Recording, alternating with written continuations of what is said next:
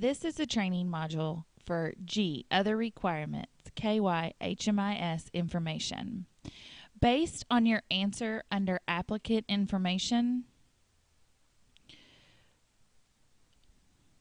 question number 4, is your agency a victim service provider, VSP, as defined by the Violence Against Women and Department of Justice Reauthorization Act of 2005?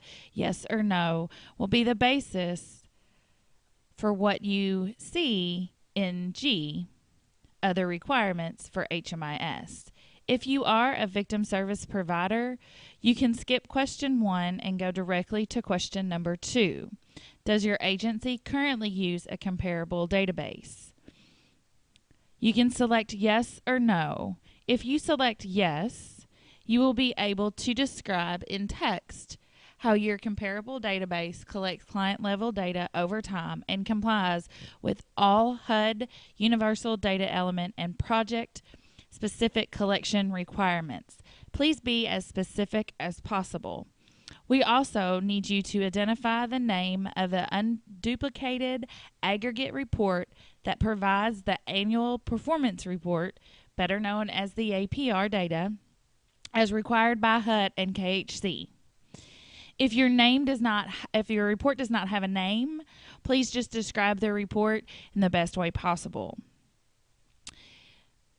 That's all you need to do if you're a VSP provider.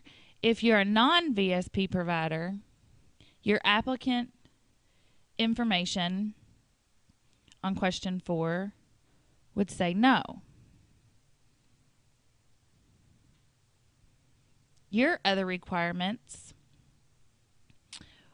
would be in reference to question 1. Does your agency participate in the KYHMIS by maintaining current licensed users, submitting all signed agreements for both user and agency, and having no outstanding HMIS fees?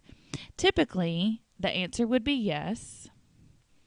And you would move to the box to type in all your current HMIS users.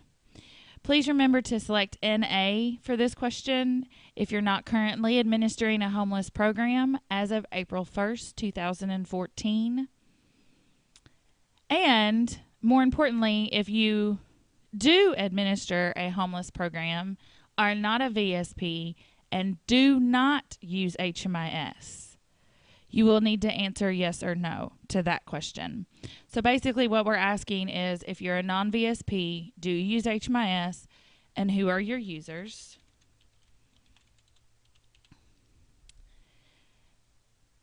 And if you do not use HMIS, did your agency administer a homeless assistance program, as of April 1st, 2014? You do not need to complete anything on question 2, nor will the system even let you. And you can also skip question 3. Just to go over some reports, they are the same for victim service providers as they are for participating KYHMIS agencies.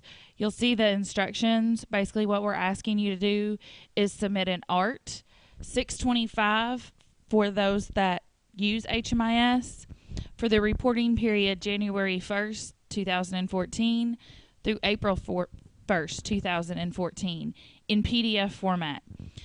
Most important things to remember: the date on the back of the ART 625 will need to say January 1st through April 1st, and it can only be for one ESG component at a time. So if you are funded for both rapid rehousing and prevention during this time period, you'll actually submit 2 ART 625 reports, both for January 1st through April 1st.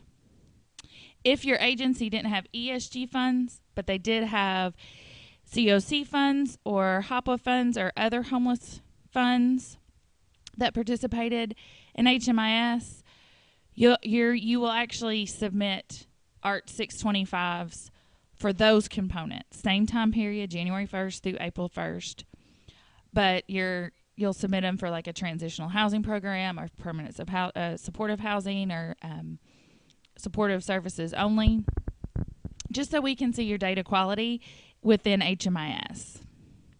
If you're a VSP, You will follow the exact same instructions in the exact same reporting period.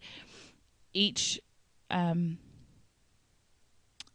component separately, but you will submit those using the Excel worksheet found on the Emergency Solutions Grant homepage. It is the APR. So whatever you pull out of your comparable database will need to be put on the Excel worksheets and submitted. Again, if you have two separate funding sources, rapid rehousing and prevention, two separate components, you'll have to turn in two separate APRs for the time period January 1st through April 1st. We do understand that the Excel spreadsheet says operating year.